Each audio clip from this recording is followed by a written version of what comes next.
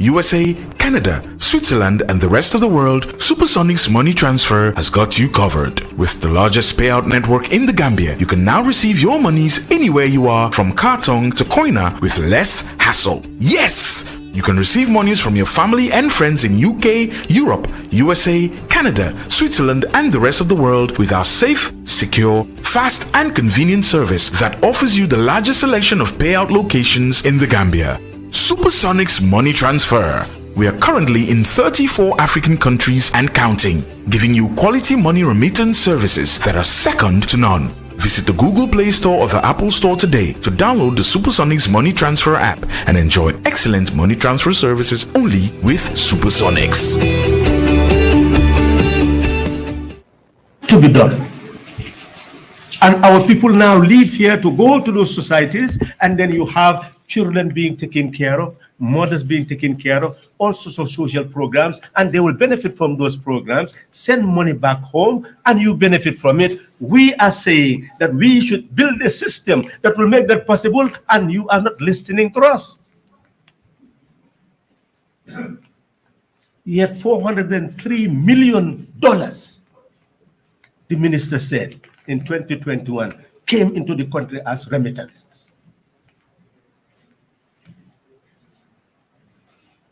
What are they doing that we cannot do? We said we'll become independent. We will have self-reliance and self-determined development. Let's look at the practicalities. This government could say there is COVID-19 poverty and suffering. So therefore, it can have a package of rice, oil, and sugar to give it to the poor so that they become beggars. But that same government cannot think of having a cooperative bank with the same type of funds injected in that bank to give it to a farmer to be able to purchase the $2,000 worth of fertilizer, enough bags, not for charity, but to be able to produce, sell, and pay back the same amount without interest. You are giving sugar, rice, and oil free of charge. But you cannot give loan to be paid back without interest, so the production will increase. That's what you call production-based welfare. Consumption-based welfare is precisely what they have done: buy the rice, sugar, and give it to someone to consume. That's the social welfare system also in Europe, but it is based on production. The productive base, you take from it the taxation, and then you can provide consumption-based welfare. So essentially, it must become clear that the system that can save us is production-based welfare, because we are not earning enough to be able to distribute to families, to young people who are not unemployed. In other countries, you have unemployment benefits. We cannot have that in this country because we do not have enough industries that will pay the taxes to be able to provide the funds to do that. It's not possible. So they is saying that we should have production-based welfare. Don't give charity. Let be a loan, but loan without interest.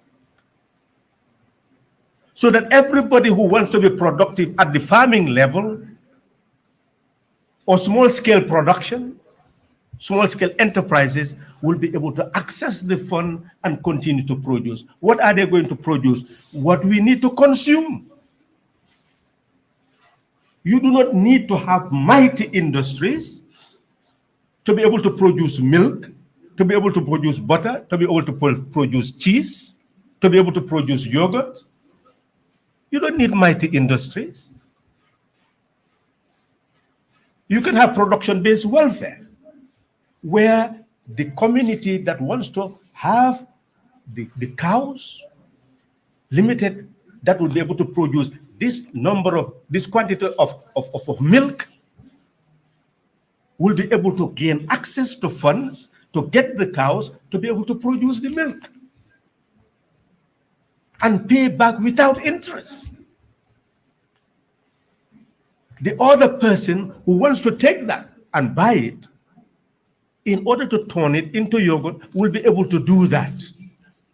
Will get the funds, but will not have to pay interest. Eventually, you will create a production and consumption chain from the raw material producer to the person processing and the person consuming. And the nation will be able to feed itself and people will be employed.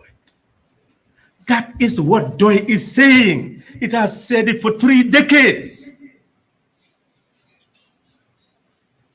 But you hear people who call themselves intellectuals say, they are speaking above the minds of the people. This is not possible. But they'll see a government take oil, take rice, take sugar, costing millions and millions, almost billion, and distribute it. That is possible.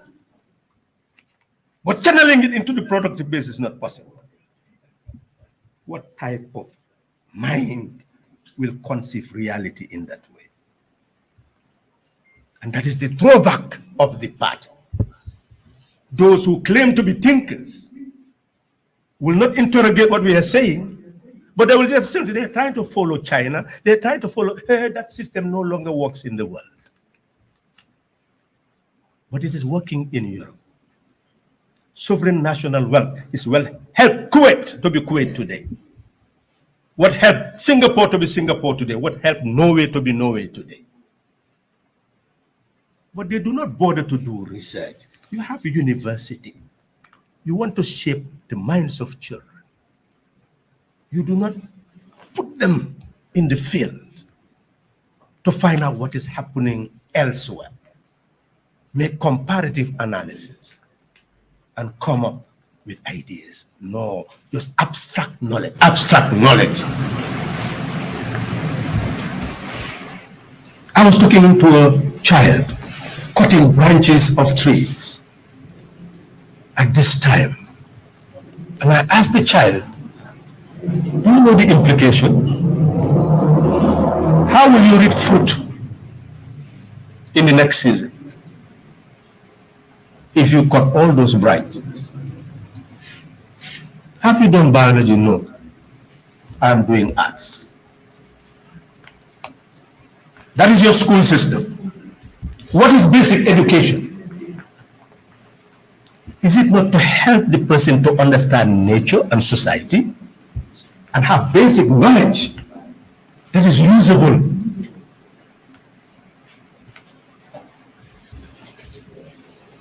But that's how your educational system is rooted. Abstract learning, no practical application.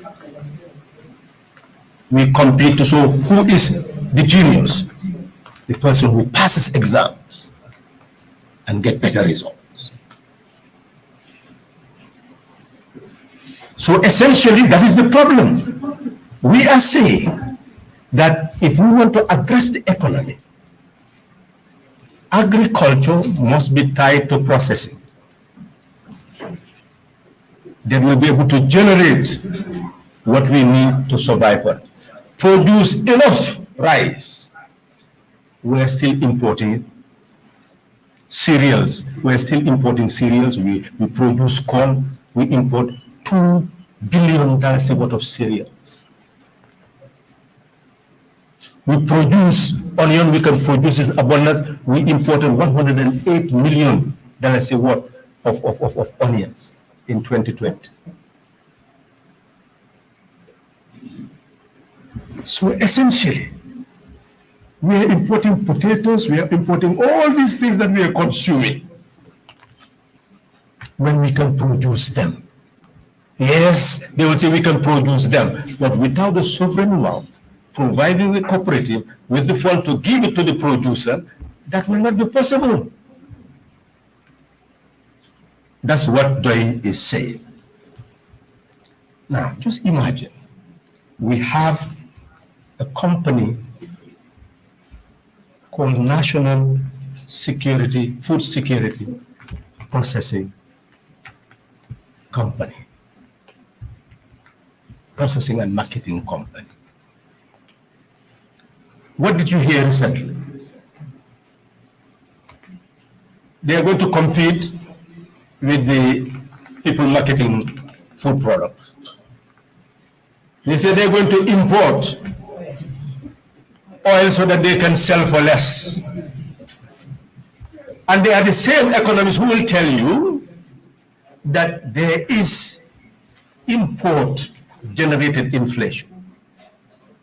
It's the same people who will tell you that the reason why fertilizer is 2,000 is because of Ukraine.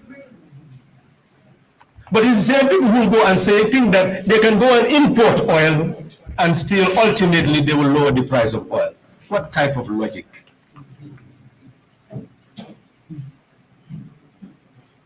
Are we really thinking? No. That's not policy making. Policy making is based on facts.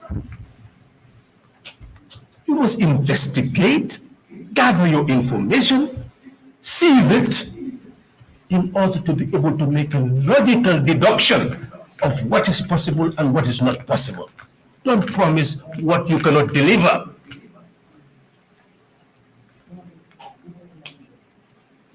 When you import, you cannot control ultimately what the price would be. Yet you are a producer of groundnuts, a producer of groundnut oil. You export the groundnut as bird feed, and you also export the crude oil so that somebody else will refine it and come and sell it to you. That company existed since the colonial days, sold in 1990 to 1993 by the First Republic because it collapsed.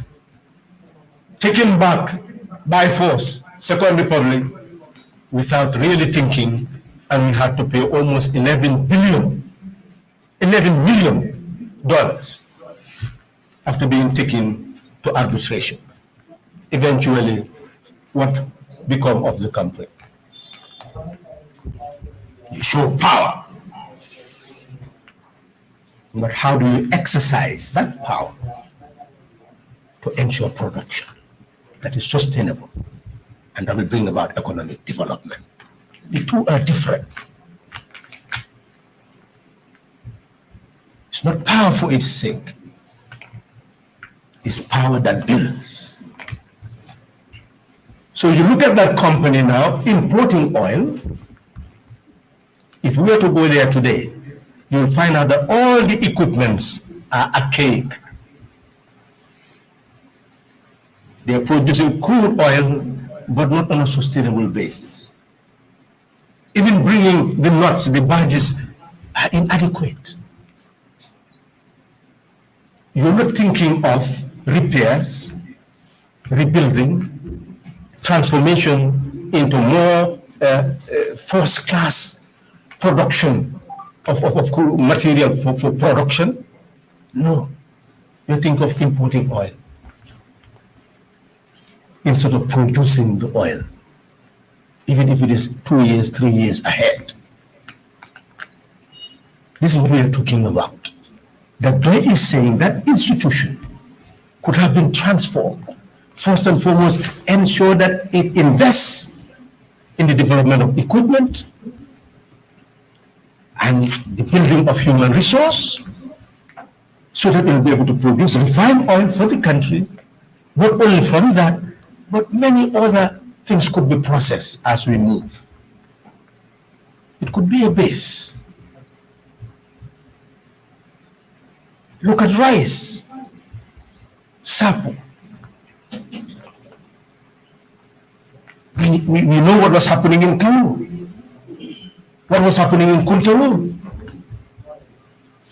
All the blueprints are there. But where are they now? Who built them up? No one. We could have processed our rice, produced our rice, and distribute our rice, and even sell it. That's what we are talking about. So we'll be coming back to you with our economic policy. This is just to touch on certain things to allow room for dialogue. But we hope you are seeing that DOI has focus. We can build agriculture. We can build industry. Not only industrial base with high-level technology, but also appropriate technology where we can ensure that there's small-scale production that serves our people. For example, you have many people who are producing eggs, who can produce yogurt, etc. And with this, you can have a chain where those who produce more than they need can actually sell it there, and that chain can collect and eventually sell in the international market. All that is innovation. We have the capacity to do all that. But you must have innovative leaders, innovative thinkers to manage the affairs of the country. Services. Look at Ports Authority and its capacity. With proper investment there, you can imagine that it can be a hub. Mali is landlocked. Second Republic, rather than having a system, this problem is transparent and accountable system. You find many tankers taking fuel to Mali. Who owned them? What was the process? What is government? Nobody knows. So you have an economy within an economy. And we have revealed that. Because if you look at the trade at the banks, the sale and buying of foreign exchange, it goes up to $1.5 billion annually. Where is the productive base? All that is the economy, what you call underground economy, that no one sees. But it is not shrinking down to benefit the Gambian population. So it is important to see that we can properly organize the banks, help them to feed into those who want to engage in large-scale production, and ensure the development of the productive base in order to ensure economic development for the country. We can create possibilities of joint stock enterprises between Gambians who have foreign markets but do not have the capacity. And we can have at the central bank a financial facility that will be able to support them on a share basis with the state. And as a result, it can propel Gambia's economic development. In short, we cannot improve education. In fact, it will be retarded, just as we have seen with the review of the budget, revising of the budget, that higher education lost 23 million when it was already owing a lot. I remember in our last budget session, the minister was struggling to get the support of the National Assembly members so that we can lift funds from certain allocation and put it into higher education. So in essence, we cannot develop education, we cannot develop health, we cannot develop housing without the development of the productive base.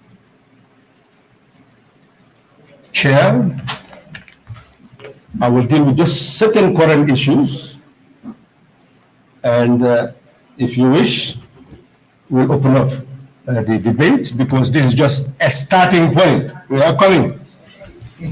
Our manifesto is not a one-page manifesto. and we'll be organizing seminars and fora like this to take each issue. It has 7 fundamental issues. It is not only dealing with the economics, but also the civil, political, cultural, social, ecological, and international positions of the party on all fundamental issues. But I will streamline the presentation to emphasize that knowledge is what leads society. Example, we are all told that, and the count is going, I don't even want to make the count, how many children perish. They told us that they perish because of consumption of a syrup of some sort. That's what they told the nation. Eventually, the same people are telling you, we don't know what may have led to the death. It could also be some form of bacteria.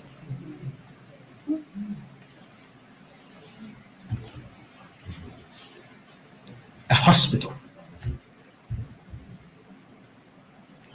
We should have a pathologist, and it does have. Have a lab. Somebody dies under suspicious circumstances. You do not take that baby, the baby that died. You see, human beings are single. You cannot put them into a category. Each person is sovereign and is a sovereign entity. Every child is a person. You are a person. And you value your person. Why don't you value the person of another? It's a child who had a right to life, to protection, to development. And the Children's Act emphasizes that we should protect the life of that child. And we should ensure the development of every child. That's why every child has a name. So the most important ministry that deals with children cannot even be seen in the whole process of this whole exercise. Visiting the parents, finding out the realities, giving them support. That's what social protection is all about. And then taking note of the findings of the experts on the cause of death before you make any pronouncements. If another died because of bacteria, that's not your factor anymore in this issue. If you confirm that one dies because of zero, that's what the factor is all about. It's not the one who died because of other reasons. That's not our concern. Yes, it's a concern in another domain, but not in this concern of trying to find a culprit whose action had led to death. So what should have happened is to understand that this issue has a legal, even a constitutional, technical, structural, moral facets. And you need to take each element. Imagine the National Assembly, they call an emergency session only to ask the committee to continue with this investigation. And the minister there say that the World Bank will provide a lab. When? What is the procedure? Obviously, if that is seen as an emergency, what should have happened? They should have calculated the cost of that lab, arranged with the World Bank that they will provide the money, have a supplementary allocation, and then have a meeting to approve a supplementary budget for the immediate purchase of what was required to put the laboratory into operation. That's how an efficient government works. You don't wait for others to tell you. And we are right to say that it is trial and error.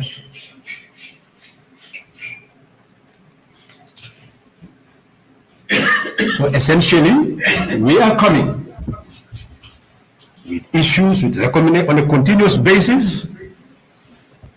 Our portal is going to be very strong. Yesterday we had a very, very successful Central Committee meeting, and we have seen that we must become very articulate in terms of the policies of this party, because we are an alternative government.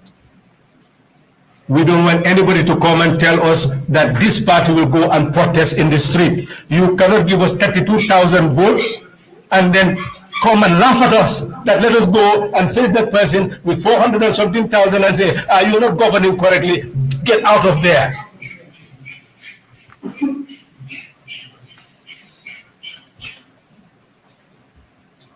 If you want us to have a voice, give us the votes. If not, we'll speak like sovereign citizens so that we'll be heard. You've heard about the death penalty. And you see what the Constitution says, that if you have not killed someone, you cannot really be sentenced to death, as some were sentenced to death before. It's a constitutional provision. But if you have killed someone, what has happened is that this government, when it took over power, it presented itself as a new government with respect for life. And it made pronouncement at the highest level of the United Nations, just as the past government decided to create an embargo on the execution of the death penalty, it has also done the same. People were raising issues. But have you heard anything from the government on exposition on the death penalty? When it has made a pronouncement externally, but what about your people? That is what must stop. The people are more important than whatever you do externally. A government must take her people seriously. No matter what errors you make, no matter what your inadequacies are, as long as you speak to the people honestly, you've done what you're capable of doing, because they're the one who put you there. Then they can determine your fate in the future. All of you were here. I'm coming closer to the conclusion. When we took over, and I must say we, because it was a coalition and we were part of it. The fundamental objective was to have a transitional administration. And the recommendation was to create an expert bank where experts in all sectors of the society will be able to congregate, look at the existing policy of the government that we've replaced, and make a recommendation on the way forward. And you could have retained those people to continue to monitor the implementation of any strategy, plan, and policy that may have been derived from that arrangement. But ultimately, what happened? It was derailed. We end up with an executive government, and the program of transitional arrangements, constitutional transitional arrangement, the TRRC, all this did not take the scope that was originally designed. The Constitution ultimately went to the National Assembly and was thrown away at the second reading. When the second reading is a time to debate on the merits, but not on the content. But it was thrown away without discussing the content. Today, society is divided, Christians and Muslims with different views, and the population at large. But in 1995, once the Constitutional Review Commission was established, and there were no political parties, all parties were banned, and I've had a former PPP Secretary General said that DOI was not banned by the military. I don't know where the person was at that time, but we all know exactly what happened on the 22nd of July. And I will just mention this, Chair, just allow me just to clear this. Fellow Gambians, fellow countrymen, the patriotic armed forces of the Gambia are in full control over the destiny of this great nation, and there has been no bloodshed. For the security of this general public, you are to remain in your house. I hereby announce a curfew which will be in place from 7 p.m. to 7 a.m. till further notice. The PPP regime is hereby dissolved. All former ministers are to report to the nearest police station for their own protection. The Constitution is suspended. All political parties are banned.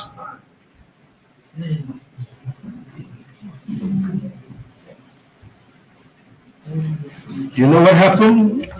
We'll be holding sessions on that. A book is being written on that. You will soon get it launched, and then you will know exactly what happened. But this was a party that continued to express itself, rejecting that ban, until the two of us were taken to court on the decree number 4. Even after that, we continued until they had to establish a national consultative committee in December. The life of the coup d'etat was less than 6 months. In December, the whole scenario changed, and we had to negotiate a 2-year transitional program where you had constitutional reform, electoral reform, filled with a lot of reforms. Did the TRC concentrate on this? No. The struggle of the democratic forces? No. It's as if all were sitting down and someone was controlling them, and they were cringing, crouching, and crawling before them because they don't want the real history to be known. That's just like 2016. The same forces in 1994 saved this country, led it to a civilian democratic rule because it had authority of integrity, authority of consistency. That those power that be know that those were not jokers. They were ready to give their life, and not just to give it carelessly. They know that they could work things out in a very profound way, that the outcome will always be in the interest of the people. That is the respect they gain. He is alive, is speaking every day, is active every day, is talking to government. And government here listens, another time fail to listen, but it is there to be heard. And it is guiding the destiny of this land from the back. If you wish, it will guide it from the front. And if you do, you will never regret it. Thank you very much.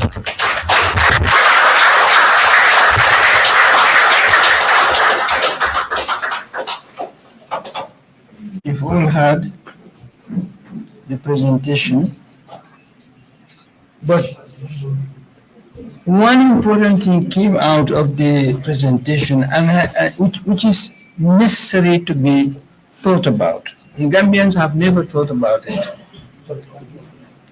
We had PBP and their program ERP 1985, and that regime existed in this country for 32 years. ERP as a program, it had two successful programs. And the intention was to redress the economy, but it failed to do so. Just kept the economy, the country floating with loans and indebtedness.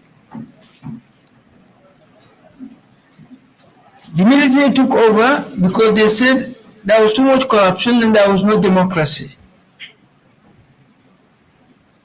And they also were in power for 22 years with a program they called Vision 2020.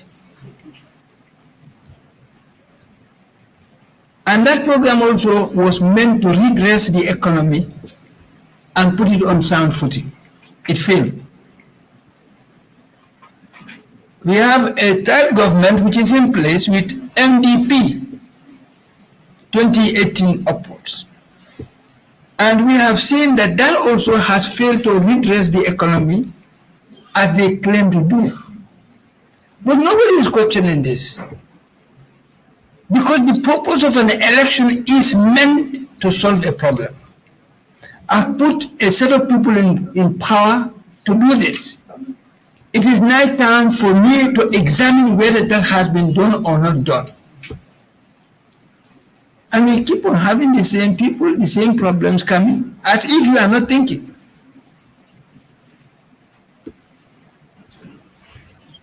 He talks about three things which you need in any human society if you want to have the well-being of that society.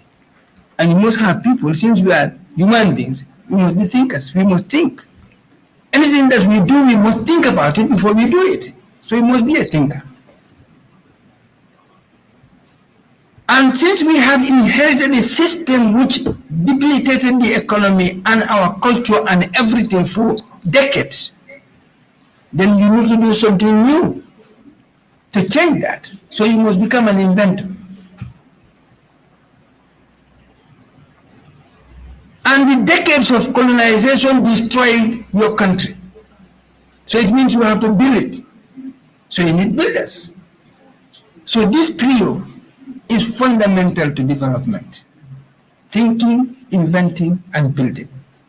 That is what is the formula for development. But Gambians have never been questioning this. They just take anything for granted. The time is very short because this program is meant to go on up to 4:30. And we have almost 4 o'clock now. So without taking more time, I now open the floor for questioning, for discussion, for expressing freedom to talk about what you think you should talk about. Thank you very much. The floor is open. That's been produced here. How? Where is the production base? We are importing more than what we, more food, more than we are importing more than we produce. Where is the future of this country going? Where are we going? Backwards, of course. Backwards. This government, like all the governments in the past, have failed us, and this government will fail us. Corruption is the core of this country. We have to determine regain our self-esteem. This is what the colonials have used. It's very clear in 1835 that the British Parliament clearly said it. The only way we can defeat Africans. That time there were no countries like Gambia, Ghana, Nigeria. It's Africa country. And they saw the organization we have here. Our systems are much better than theirs. They know it. And they said it.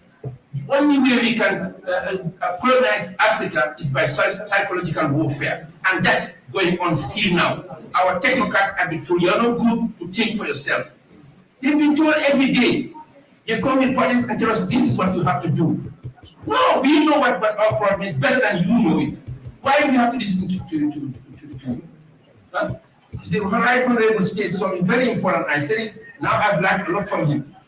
In 84, that the entrapment brought havoc in this country. Why?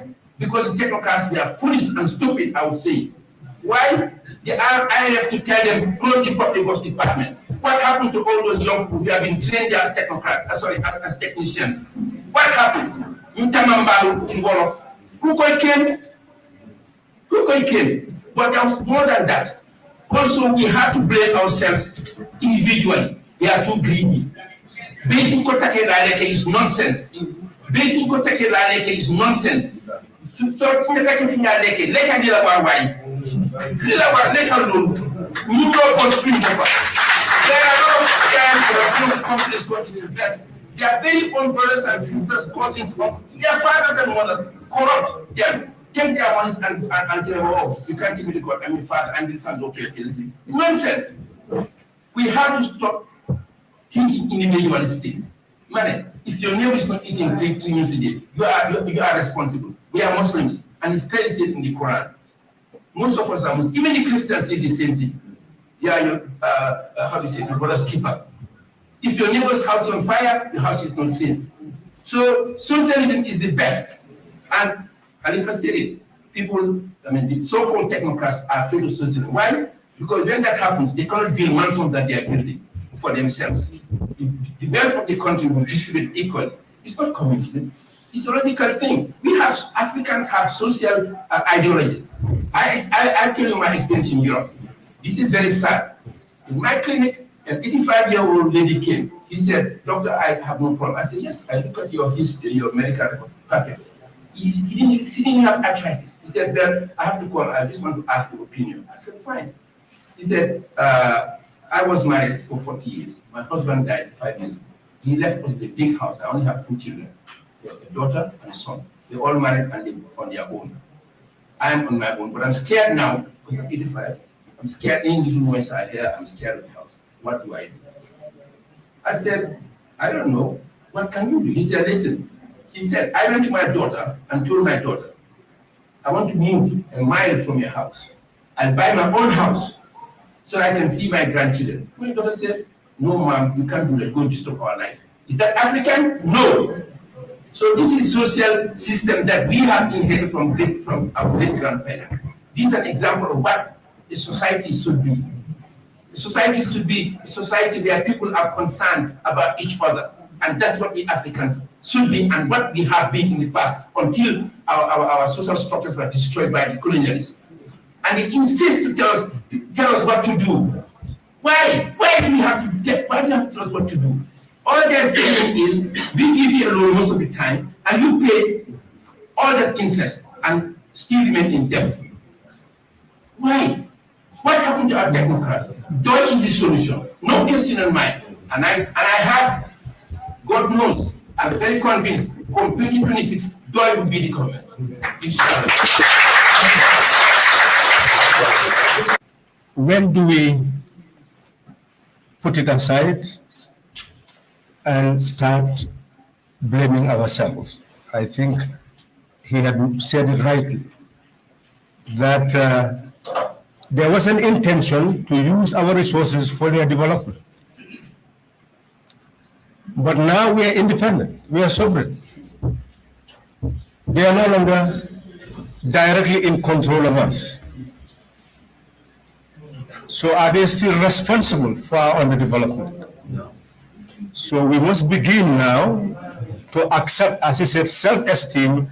Let's accept that we refuse to be sovereign. And because we refuse to be sovereign, that is why we are still under the control of others. So which means that if you refuse to own yourself, others will own you.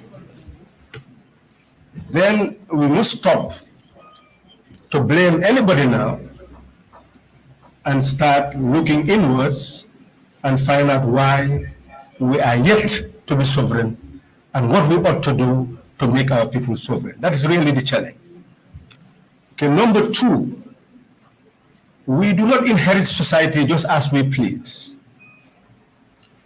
We find it as it is. So when we come to policy, how do we really organize society becomes very important. What they is saying is that we are going to inherit a system where some will be owners of the means of production. You will not say because they are owners of the means of production, they are immoral, and therefore they should not exist. Then society will collapse. So essentially, what is our policy is that we will encourage corporate social responsibility. For people to see that if they are investing in the productive base and benefiting, they must have a policy of uplifting those who are working for them.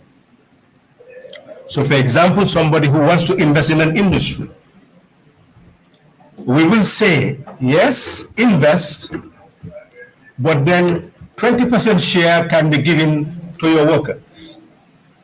And from their wages, they can continue to earn more shares from the company so that at the end of each year, there will be some form of profit sharing. You will make your profit, they will also get back what they should get back from their shares. So we are going to encourage production. We've said it many times. For example, in the Zimbabwe land issue,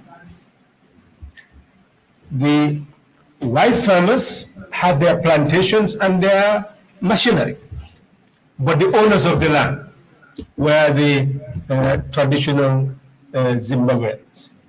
What do you do in that case? Do you just take the land and give it to them without them having machinery to be able to continue? Or could you organize a shareholding basis where the original owner will have this particular share and the investor will have a particular share, and they will continue to produce so that society will continue to produce the goods that are required for development? In short, when it comes to economics, it is insensitive to race, is insensitive to tribe, is insensitive to many of our peculiarities.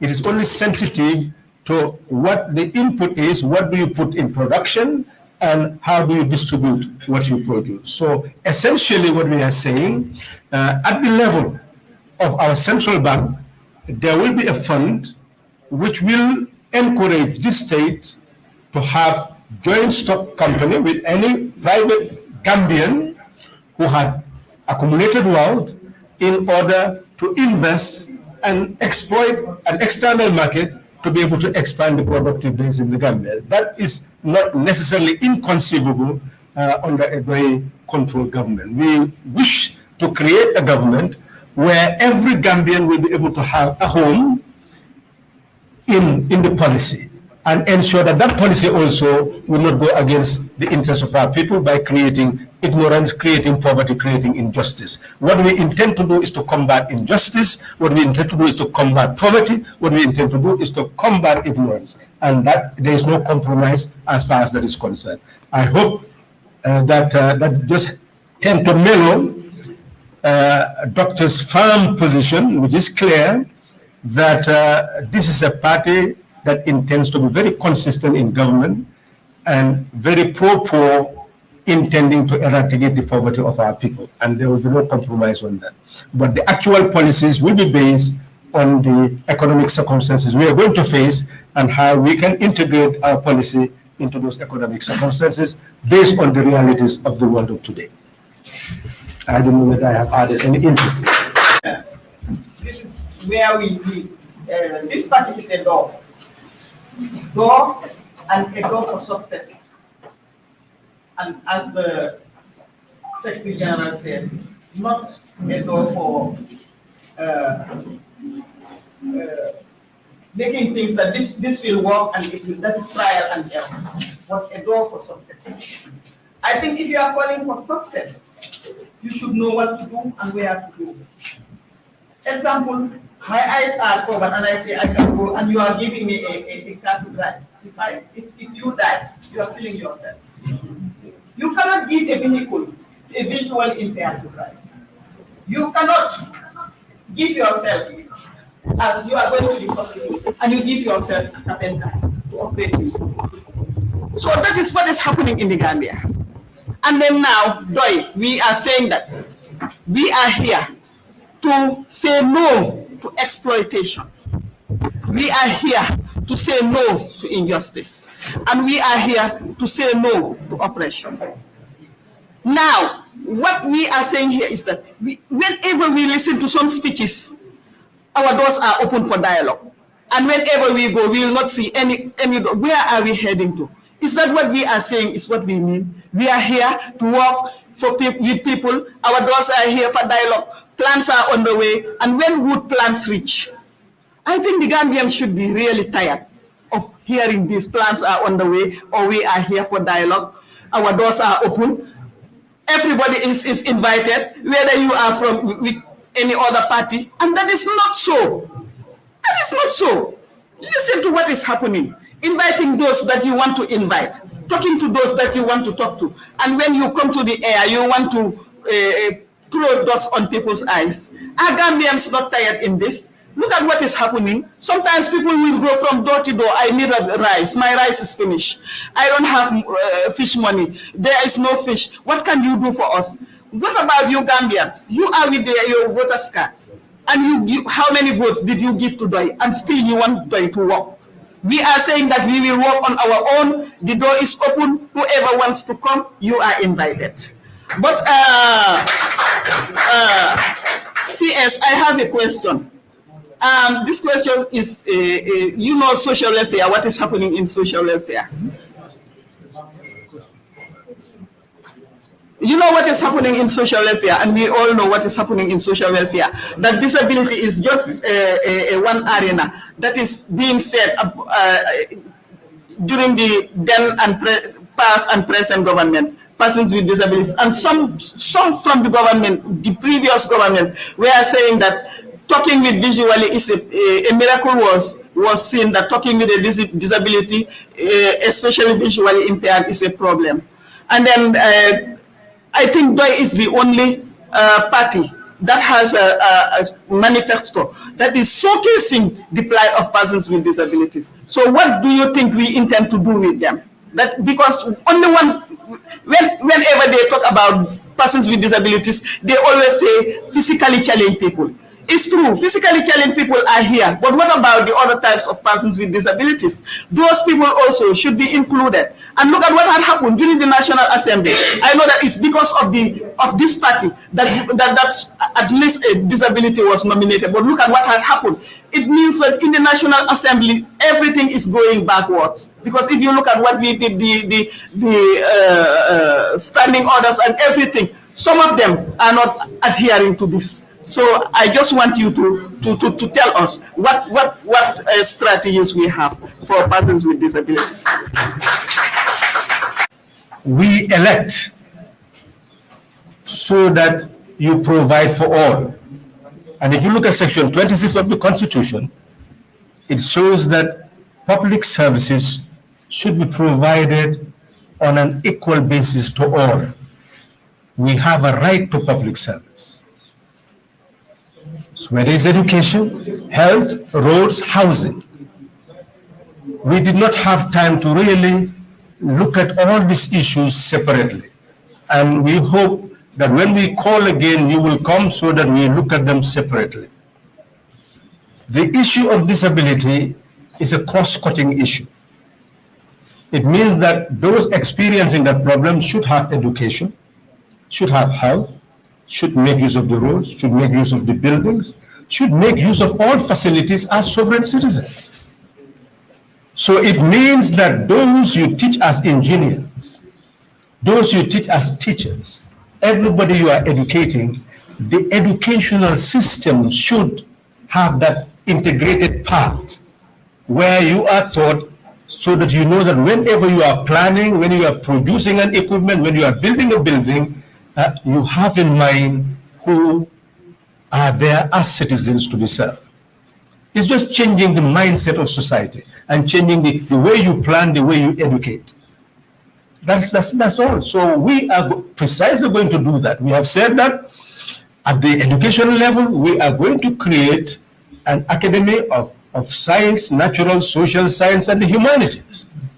And then we're going to mobilize real thinkers to be at that level so that they can globally look at all our systems and the type of human resources we need, and that will form the basis of the curriculum we're going to create and the learning materials we are going to produce and the teachers we are going to train at that level. So you know very well the relationships you've had with people with DOI, and that's the reality, because it became very easy to teach people with disability to have self-esteem. And examples were just given to them. For example, if you are not sighted, in a dark room, what can you see? So if there is fire in a dark room, what can you do? You're going to struggle to get to the door. How will you get to the door? Are you going to get to the door by looking at the door? No, you're going to get to the door by using your experience. What is in your brain regarding the location of the bed and the location of the door? So, and that's what the person with having sight problem is experiencing. The person must use the brain in order to be able to locate certain places. If you're going across the water, what do? You get on a ferry. Why don't you walk on water? Because you cannot walk on water. So the person also who has ambulatory problem, cannot walk on the ground. So the wheelchair is the ferry. So in short, it's the whole training that you give people that they will enable them to have self-esteem. For the government to sell off the ITC Walik land to the USA contrary to the Act of Parliament, can this be stopped by Parliament? Does PDOIS intend to challenge it in Parliament? Well, we have said that land allocation in the Banjul Combo Centenary area had actually been given to the state at given stages, and that's why even though you lease land, they'll tell you 99 years, meaning that still you have to deal with the minister and the state to continue to be on that land.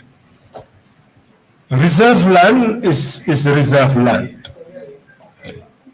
Here the issue is not who is giving the land, the issue is the government giving land. What is the policy of this government on land allocation? That is what they will be demanding from the government. What is the policy on land allocation? Look at where they have the University of the Gambia in the Second Republic, all the way in Farabagant. What is the rationale? And what type of cadastral mapping has been done, and determination of the type of allocation should be done for each of the land. The First Republic, the whole, you hear it, Carifing industrial estate. That is what it was supposed to be, an industrial estate. Some people came, they were glamour, etc., making shoes. It's just what happened with Jules Brew. Those people, for years, were earning profit and never invested in machinery. They ran the machinery, the company down. In order to invest in another country, to be able to have Gambia as a market. And they came to the National Assembly to claim that the government was overtaxing them, and by the overtaxing, they will not be able to continue to produce.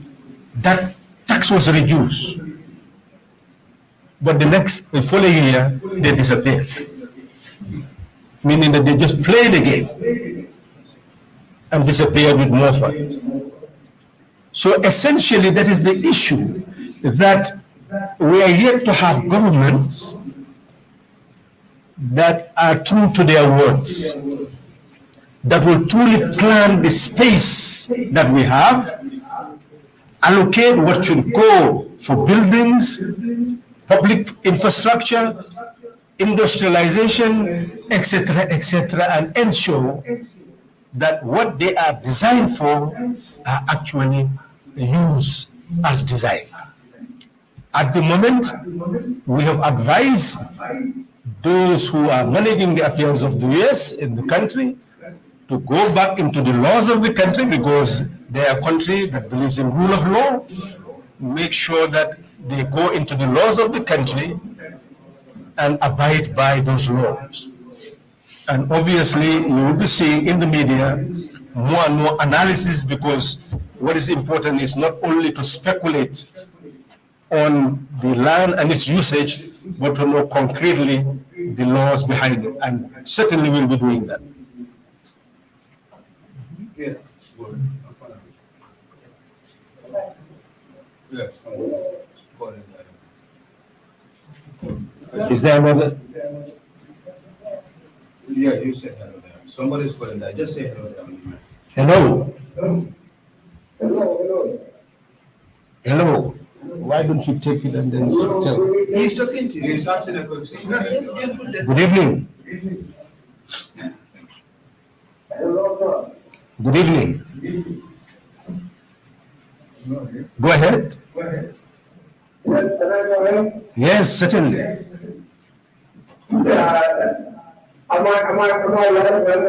Everybody's hearing you.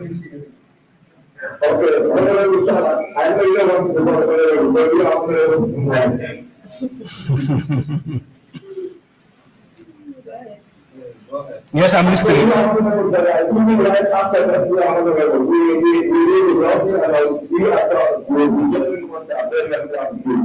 Thank you very much.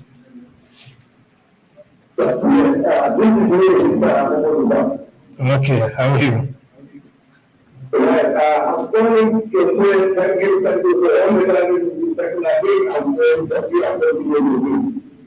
Okay. One thing right now, I'm not going back, that and I think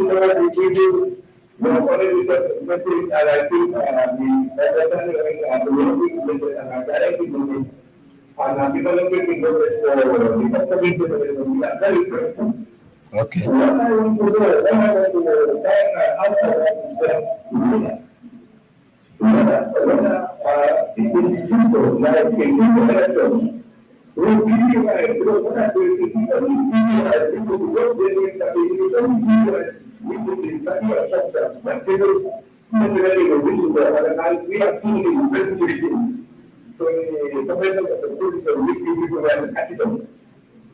and we look at the community that are coming, the political that are coming, and some of them they have local, they are consistent. We compare the way experience something of the political that we are going to do. We be able to send that they are good, like mentality, very government in the but we have at the master. And I feel if you ask them for experience comes to the I'm sure we have you will just pick up it. The reason of the every government that comes here will be there to expectation and if you have to say. Those people in case we will afford a genuine solution. Anything that will be that in Yes, that's a very good question. We had a central committee meeting yesterday, and the issue that we raised is coalition building in the context of regime change and coalition or united front building in the face of system change. Essentially, the people are poor. Very recently, the World Bank states that poverty has increased from 48% to 53%. So it means that abject poverty is increasing. We have said, and we will produce the books that will show you this, that we don't want to participate in any government that will increase the poverty of the people, And we will not stay in government if we are there and see that we are not improving the lives of the people. And we said this when the coup d'etat took place in 1994.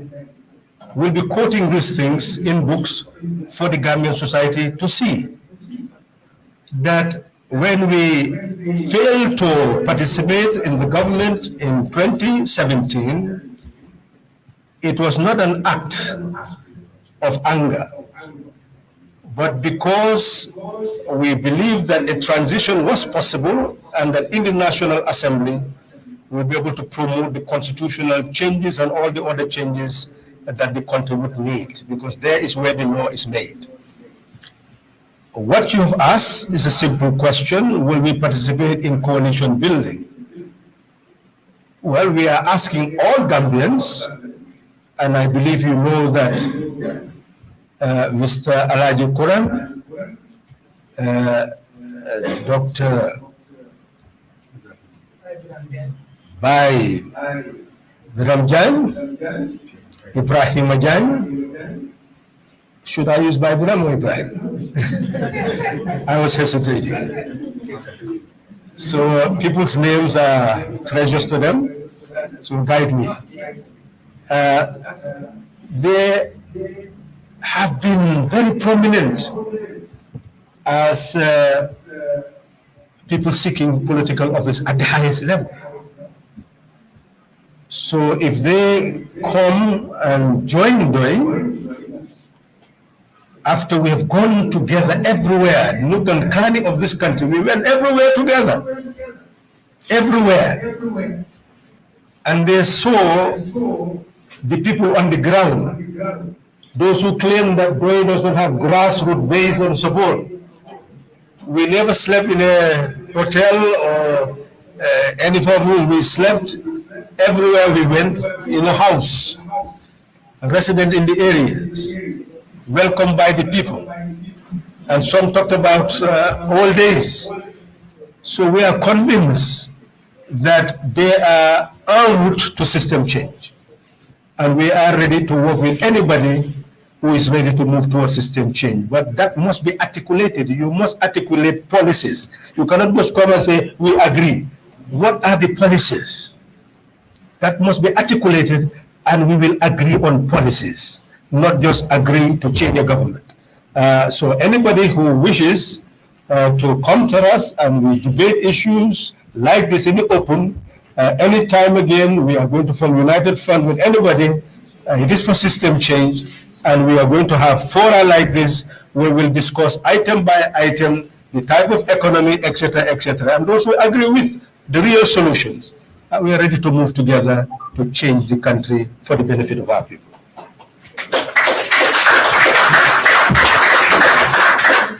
There's another online question.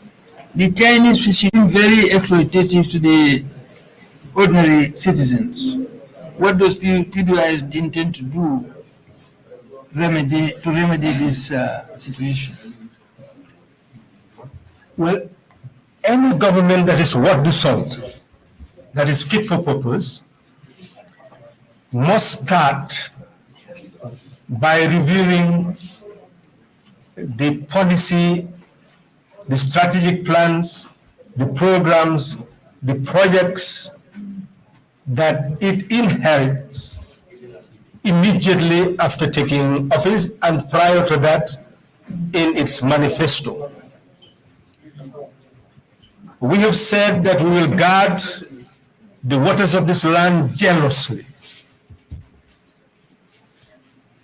The territorial waters of 12 nautical miles, contiguous zone of 24 nautical miles, the economic zone of 200 nautical miles, we will guard jealously.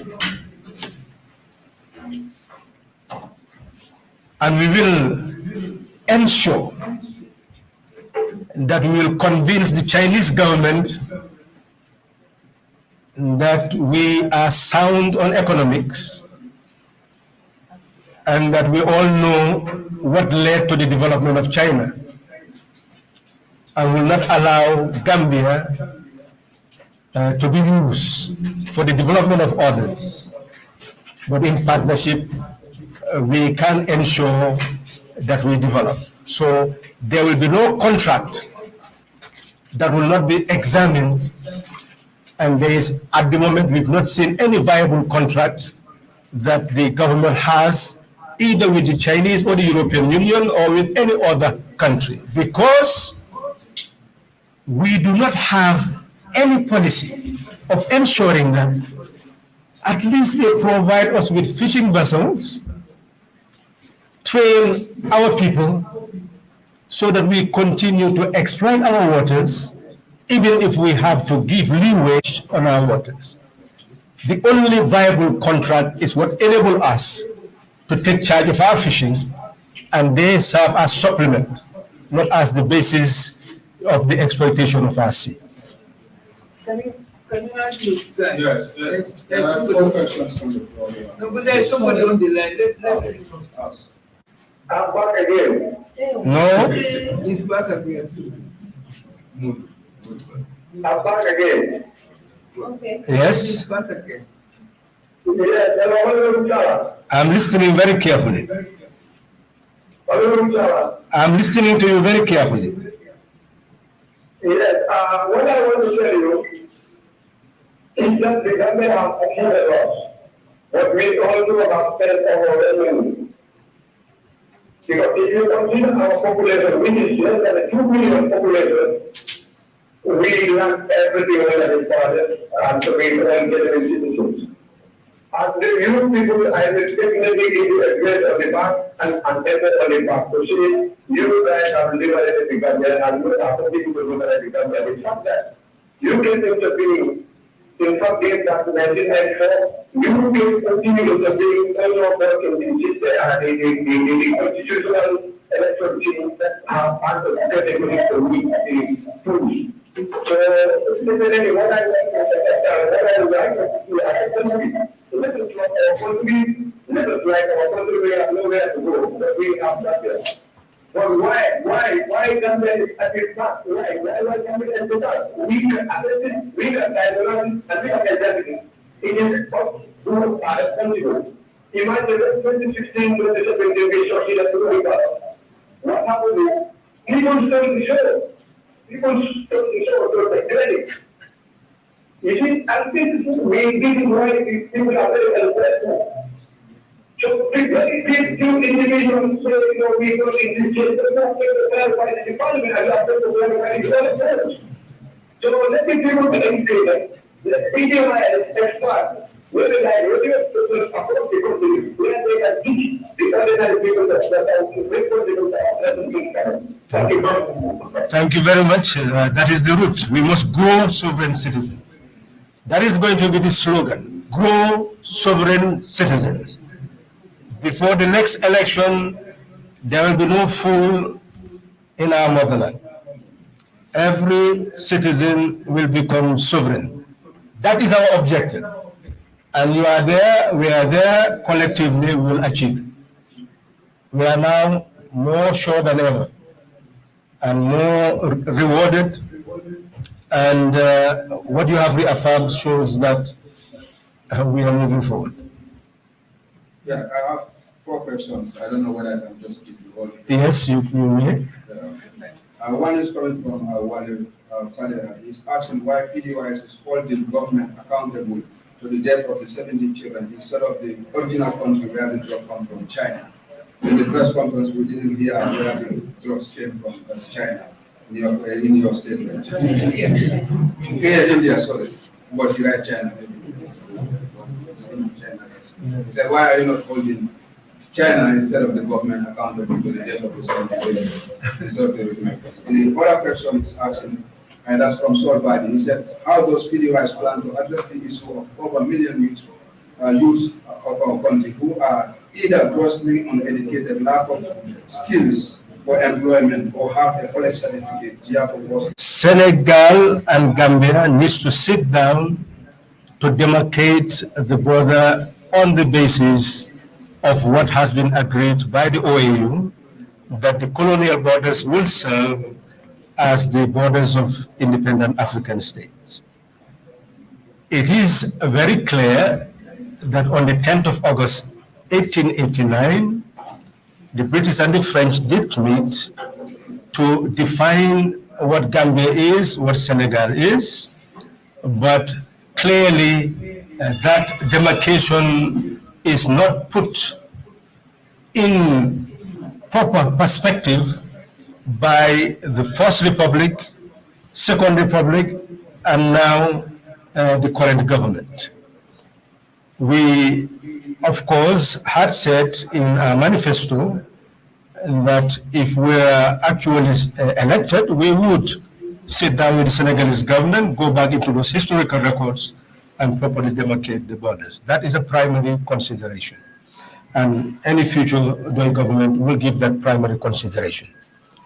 Number two is the issue of employment of young people. We have said it in our manifesto that we will introduce a national service where every person who finishes school, or at this moment not in school, will select a profession of one's choice, and then the training will start by those who can give those mentoring as a form of national service. And we will ensure that we create at the level of the central bank a part of the sovereign wealth fund that will provide loans to those who gain skills and want to employ themselves into productive enterprise, so that they will have the resources. If they need materials, they'll have the materials to be able to carry out those services. That is our program. Our program is for the youth, youth employment, that in any area of national life, but we also will build up a chain. For example, we have said that in terms of rice production, you will give funds to some to engage in rice production and pay back without interest, but you will also give some the resources to be able to do in processing of the rice without any interest, and others to market it. If you look at the chain, Gambians will consume the rice. So that's a wide market. And how many people will be engaged in that chain? So we are saying we'll create such chains to quickly employ everybody who's employable, and it will be sustainable because the services will in fact lead to what we call import substitution, because we will look at the goods that we import, mostly onions, etc., processing of yogurt, whatever is being processed. We'll make sure that we focus on those goods, and that will lead to import substitution, and that will expand the economy. That's how we intend to handle youth unemployment. Lastly is the issue of the drugs. Well, as you said, I'm not sure the information we had is about China. The information, and we don't know whether it's the country that really matters in this case, but we've had the company is from India. But it is a matter that is still on the national and international investigation. And we are simply pushing the government to put the proper legal, technical, structural, and moral base in place to be able to handle the problem. We've looked at the Act, and we've seen the inadequacy of the Act. You can see that it was promulgated in 2014, where you have the 1997 Constitution. But if you look at the appointment, is done by the minister instead of what is there in Section 175 of the Constitution. So it means that those who made the law, in fact, had not really properly put themselves in what is required to be that type of lawmaker who will make a law that will not contradict some portion of the Constitution. We have seen the issue of imports, that they will require somebody who is a pharmacist to be at least associated with the importers. So you need to strengthen those laws so that a person who wants to invest in pharmaceuticals will know that I can go and register a company to invest, but then the conditionality of what will get that application approved will be clearly stipulated so that the pharmacists, pharmacy assistants, the size, etc., the location, all this will be properly distinguished, and that the government will have conditions where the origins of drugs will require certification, because government must be responsible before they allow products to leave their territory. That's why we talk about quality, which means that there must be, especially with drugs, with WHO, they can move to a level where this will be enforced, that before drugs leave a particular country, there must be a certification by the national government, which is the case, and we must ensure that that happens, and that is reviewed by the country where the drug is coming, to ensure that really at this first phase of checking is done, then you go into the lab that we should have to do the second phases, etc. So it is important that ground rules are created in terms of the importation of the drugs. But we are dealing with an emergency situation. So how do you ensure that drugs are available, that you do not create shortages, but at the same time have quality drugs, which means that all those who have imported drugs should be called upon to produce their certificates to show that really the origin has certified the quality of the drugs. That should be a good starting point. And then if government subsequently want to do further testing, it should do so, whilst maybe one will continue with one's operation. But if you see that no certification was done, those should be impounded and subjected to test before any distribution of such drugs. All these are ways and means of dealing with the problem. But essentially, we must train more pharmacists. We must create, you look at the institution, University of the Gambia, you have public health, you have this, but the building of those who are pharmacists should become very important in this regard. So you create laws, you should see all the requirements of the law. If you need pharmacists, then you must train them, and you must put that as part of the curriculum at the university. This is what we are talking about. So we are going to hold account those people who sent the drugs and those who allowed the drugs to come in if it was done illegally. That is the essence. And government is accountable when it comes to proving that the death was caused by actually the cell. So that if the government fails to establish, the government is accountable. And we have said that loud and clear, that they should have pathologists with the qualification. If not, they should get one from the WHO support in order to be able to actually attest the cause of death. Every death has a cause. Yes, thank you. It's deliberate. Some of them really believe that that is a way to acknowledge the good that Bay is doing, but they don't support Bay. So it's a nice way of saying, I don't support the party, which is a prerogative. The essence here is that we see the consequences. Do we want Gambia to continue to be what it is? No. And look at the rent. Look at the young people coming out of school. Look at the girls struggling to be somebody, to have a husband, to have a family. How many young people can really have families now? Let's be honest with each other. You can be a preacher, preach all you want. But how many young people can marry and maintain a home? We are having a social crisis. And many young children are coming out of broken families, or not families, single families. What is their future? So there is real hardship. If we wish, we ignore it, but that is the reality. And there must be a solution, and there can be no solution without policies and their implementation. Unfortunately, you cannot build a country out of wishes. It must be concrete policies implemented by concrete people in order to have concrete results. So we don't see any way out. Maybe those people should rethink.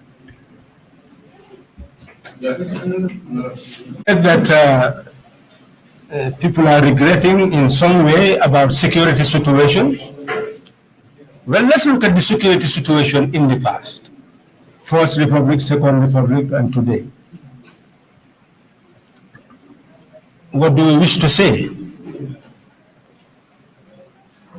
That there was real security?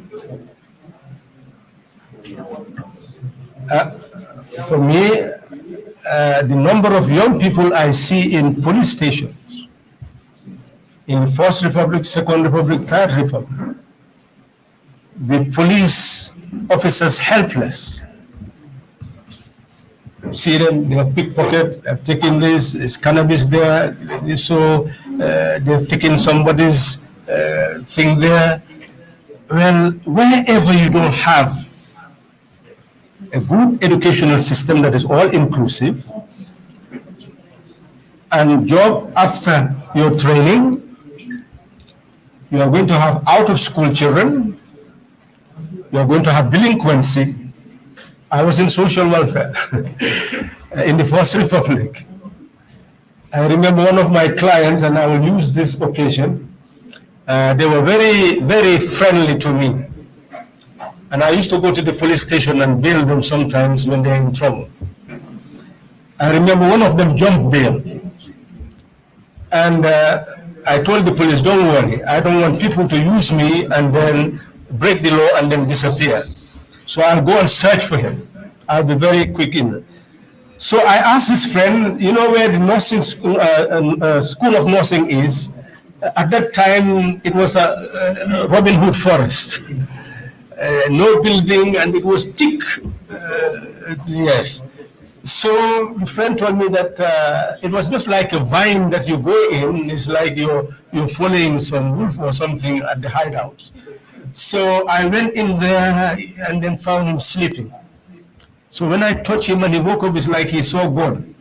What are you doing here? I said, well, the police are running after me, and that's why I'm running after you. He said, what after you? So then he led me and said, let's go to the police station. And as we go into the market, this guy could have been the president of the Gambia. I will not mention his name. He was calling his no alcohol. So you see, the situation has been a chain since then, where if I take something, I know where to sell it. So this thing you're talking about is a wide chain, a chain of poverty that one has to sociologically analyze to understand your society. What I'm saying is your society yesterday, today, and day before yesterday has been moving to that trend. It is increasing population. Over 400,000 children coming out of our school systems. 500,000 in fact. Every 12 years, you can imagine what we are facing. So that time bomb must be addressed. And it's not an only security situation, it is really a socio-economic and security situation. We must address it at a larger level, and that's what they intend to do by ensuring that all these young people are engaged in national service, where you can culture them, nurture them, and our police force will be transformed. It will not just be a force of coercion. It will be a force that will work with the communities in order to ensure that our children are safe. I don't know whether I've answered your question, but if you did, our manifest. Some of them are speed up, some of them are speed money. But this time around, we're going to speed up.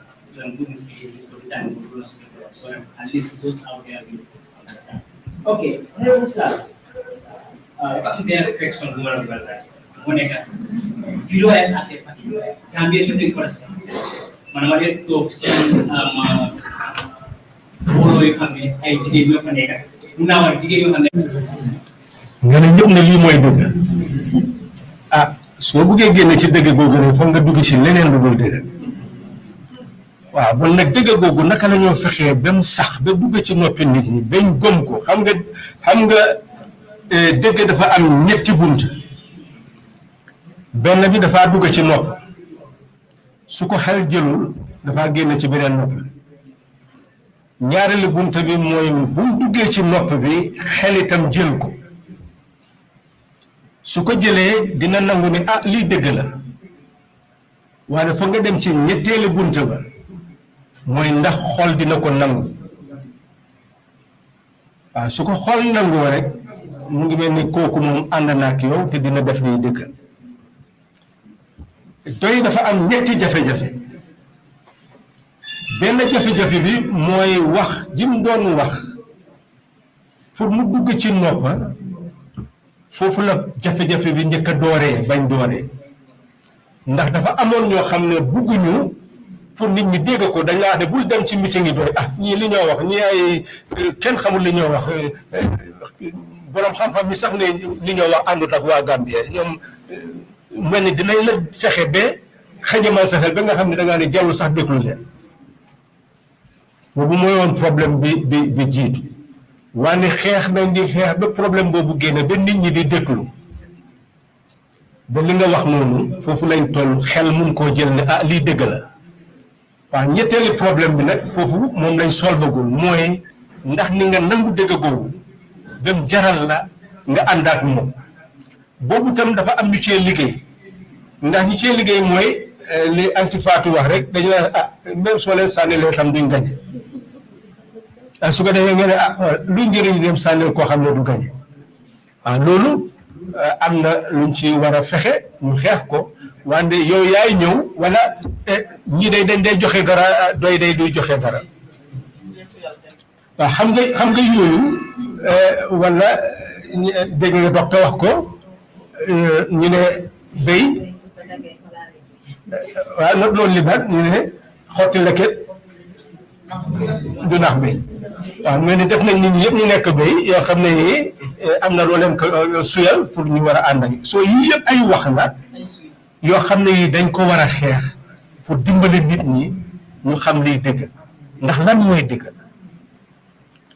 yow xam nga man xam naa ñëpp xam nañ ne gis nga bés bu nekk su 100 people ñëwee ci yow nga jox leen $100 ñaata dalasi la ci bés bi $1,000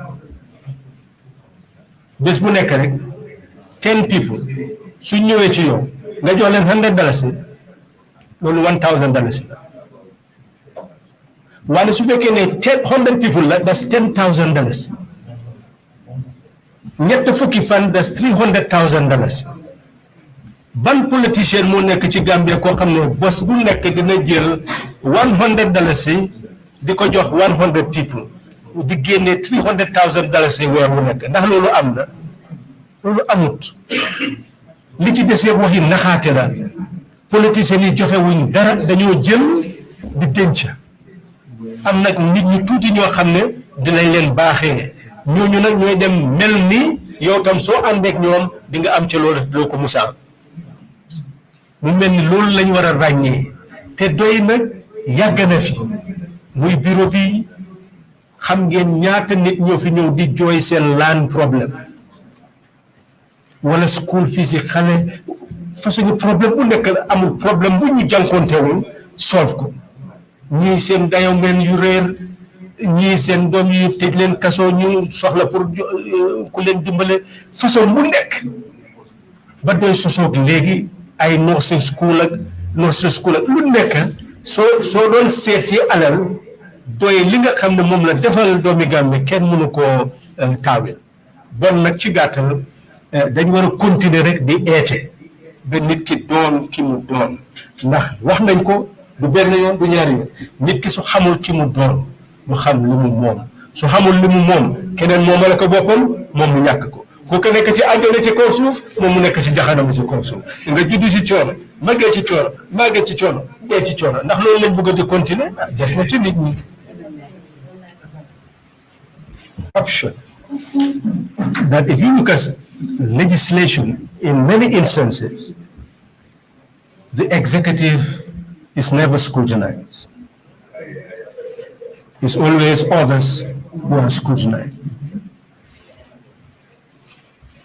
Because you know that executives are protected under constitutions. Now, what is important for us to realize is that corruption must be addressed structurally and legally. Structurally, how?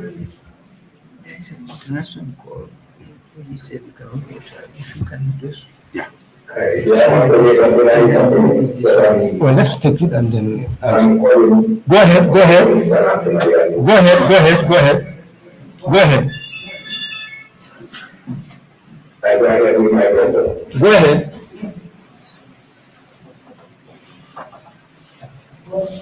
Go ahead with your question. Good evening, Honorable Salah. This is Abdullah Jai calling from London. Yes. My question is around election malpractices. Yes, go on. Go ahead. I think one of the painful situations in the Gambia is the reality that we don't have a sitting government. We should be using the resources of the people to induce and drive the people to vote for them so that they return to power and to continue to do the resources of the people. My question is, what is the strategy to combat electoral malpractices in addition to the issue of raising the awareness of the people? Well, that is precisely the objective now. We've said that electoral malpractices are stipulated on the law and they are offenses under the Elections Act. We'll be educating the population on the act, the offenses, and the malpractices that no one should engage in. That is really the next agenda for the next election. We would wish that all those political parties and citizens who wish to come together to work to educate people on the electoral malpractices, all the offenses, with the view to re-educate the Gambian people to know that many practices that they think is normal in politics is actually an offense under Gambian law. That is a work that we are yet to fully shoulder, and we will definitely shoulder it in the coming year and there onwards. That is the future of Gambian politics. We've said we must grow sovereign citizens. That is the way to grow sovereign citizens, to help them to understand that they should not subject themselves to any intimidation, inducement, or any form of patronage. That is the verdict of the law, and it's the dictate of the law, so it should be respected and upheld. Now, the issue of corruption, we've said, should be dealt with both legally and structurally. First, structurally, we must ensure that we build sovereign national wealth to enable our people to earn what a human being should earn to be able to live a decent life. We will ensure that in investing in projects, in villages, there will be village development committees who will know what is supposed to be done, and everything will be done under their supervision. So structurally, you will involve the people in what is called social auditing. That whatever, for example, drugs, that emanates from the lab that produces it for the government. You will have the government seal on the packages. So wherever it goes, everybody will know that this is the government. So to ensure that the people are in control is not very difficult, as long as you are a government that wants to be accountable. And those are the means through which we will definitely nip corruption in the blood. And the legal dimension is there, the laws will be there to follow the matter.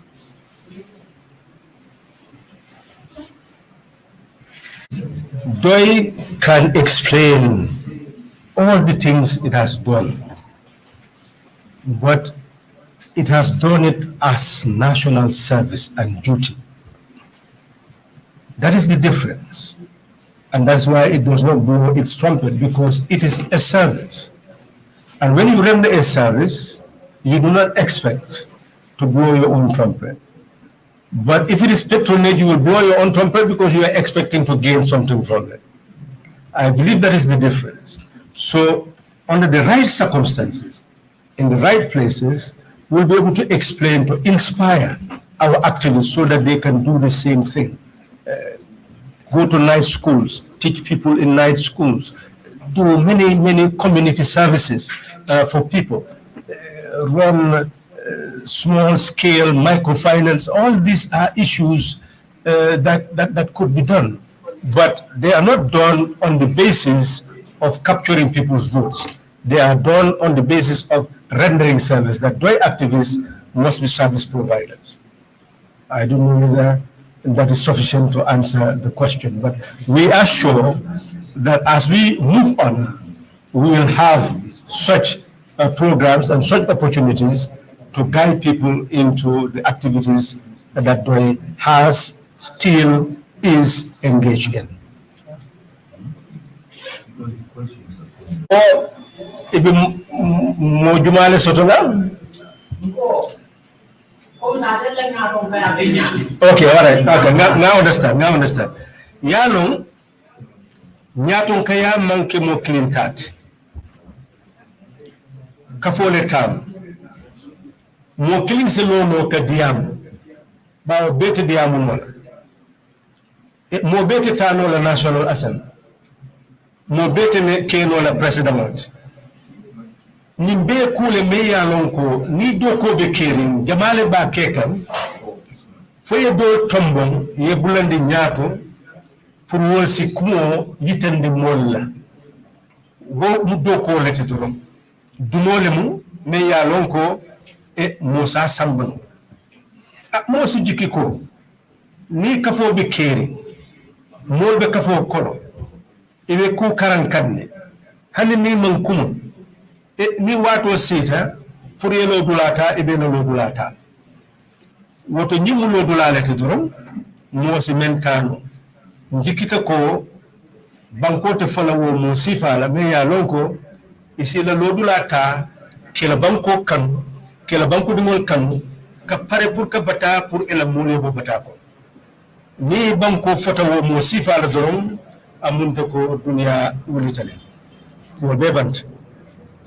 meye dunia lo wol mu wat ko dolbe je ike nyine e famola ike kodi inafulola ike kodi e famola pour mun kamma pour la banko eta nyaato e la banko dingol fanan yebo yankam katol kon ngalon gambe fanante fola wo mo sifala bari ni mol lota fanan nyente bampula ni makol pour ila kangosi jangaya ila godula se bambang pour memmu ila hammoti wo fanan se soto anyata soto la nyam. He has answered before anyway. Many people have the belief that PDOIS is all about Halifa Sallah and Sidi Ajata. We want to see young people in the leadership. How do you help us, the young people, to take part in the leading process?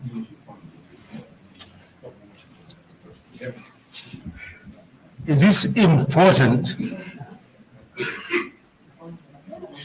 to distinguish two things. There is state leadership and there is party leadership.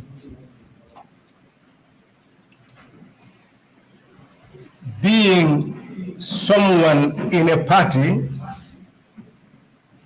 does not mean that you are going to be the minister in a state, or a president in a state, or councillor.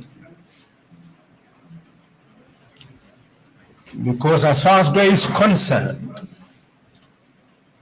when it is time to select councillors as candidates, and when it's time to select candidates to be councillors, mayors, chairpersons, National Assembly members, it is the community of DOIS supporters who meet and select whoever they want.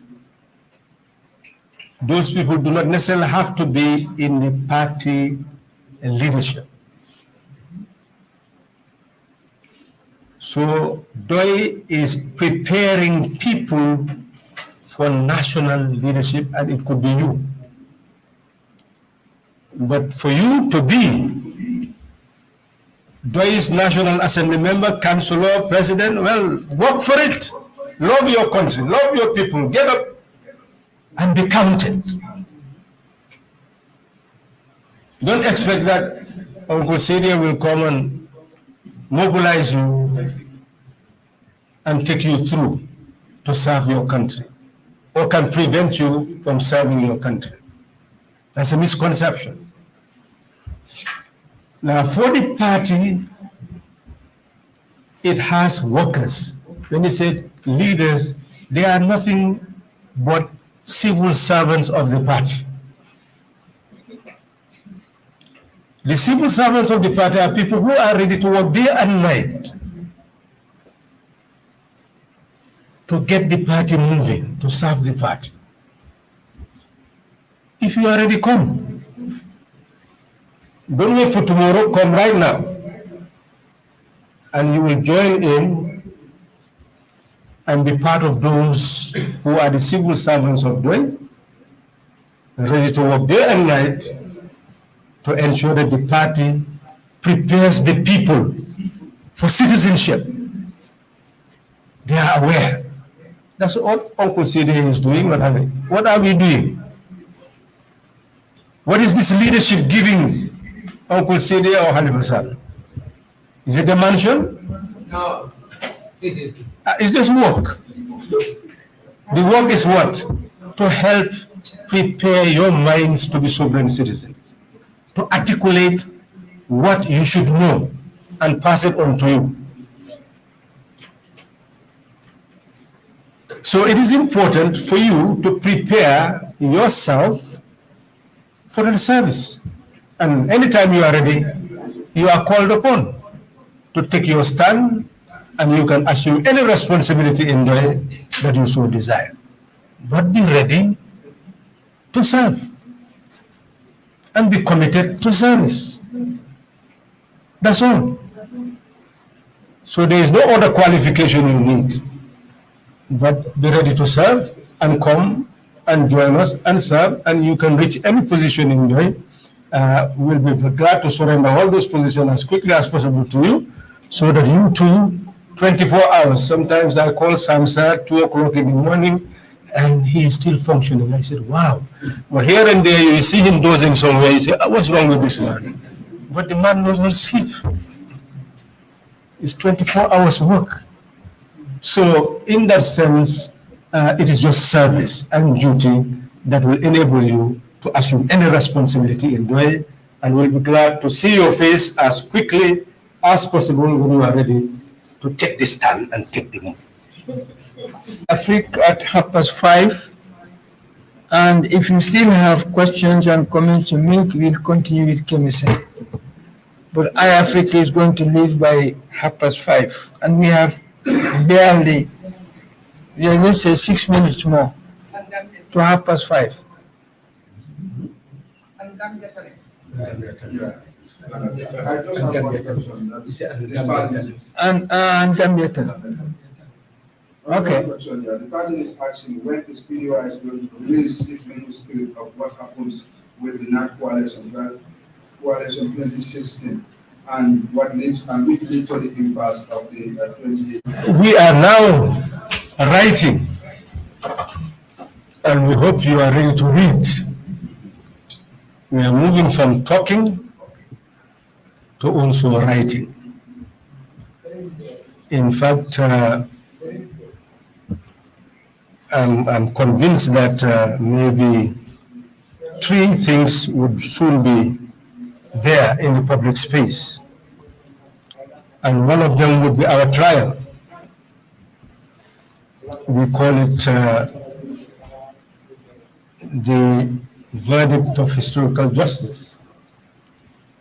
Our trial was very interesting, and I'm sure that will be in publication sooner or later, but sooner rather than later. There is also the abortion of the Constitution of the Third Republic.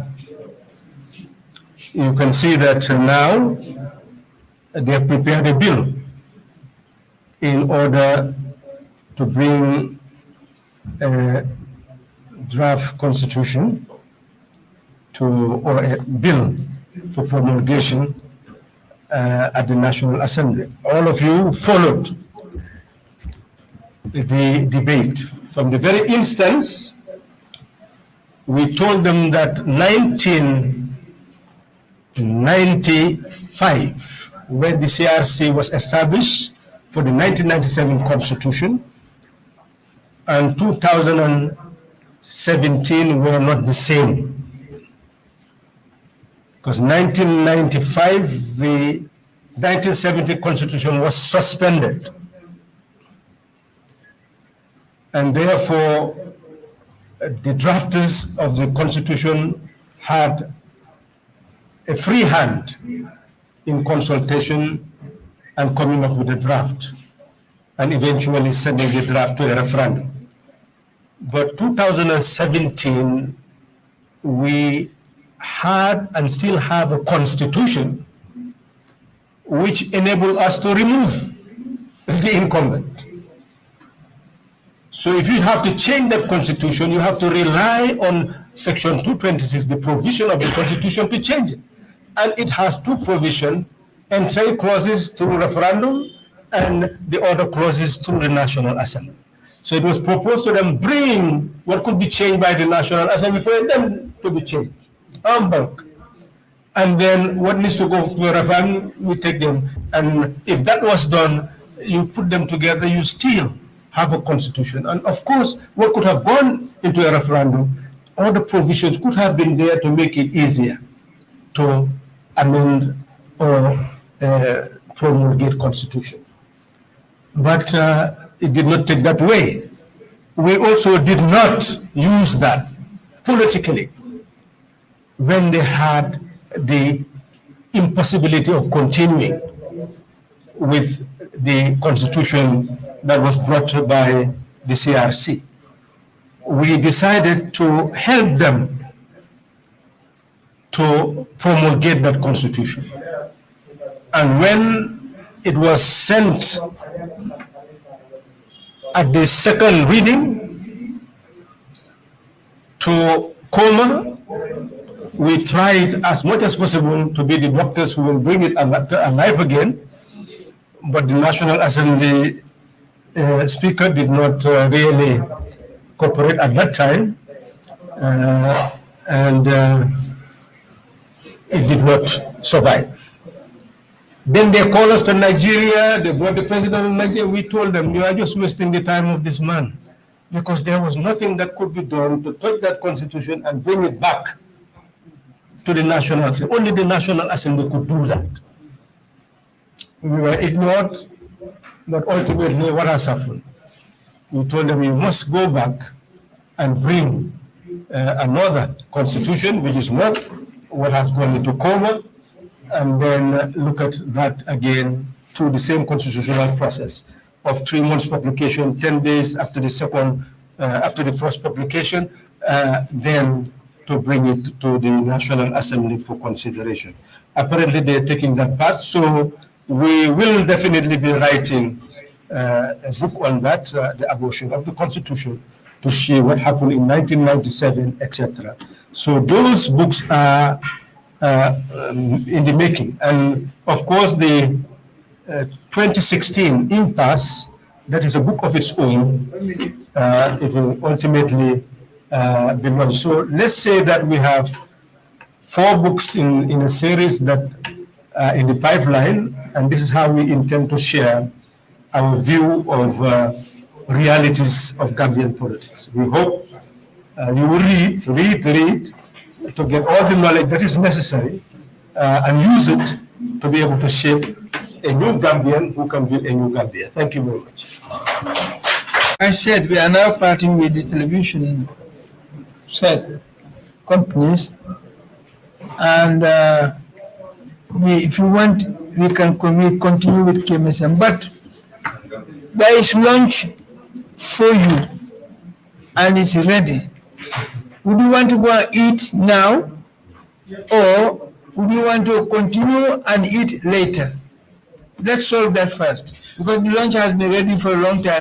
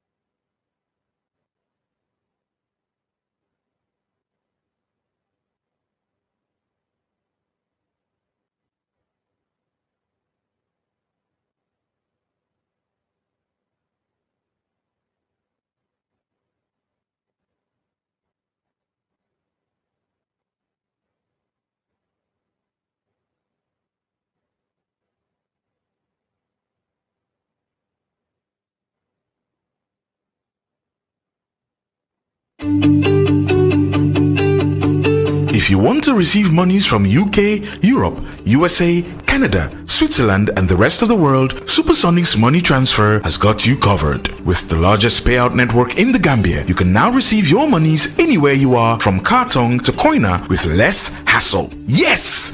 You can receive monies from your family and friends in UK, Europe, USA, Canada, Switzerland, and the rest of the world with our safe, secure, fast, and convenient service that offers you the largest selection of payout locations in the Gambia. Supersonics Money Transfer.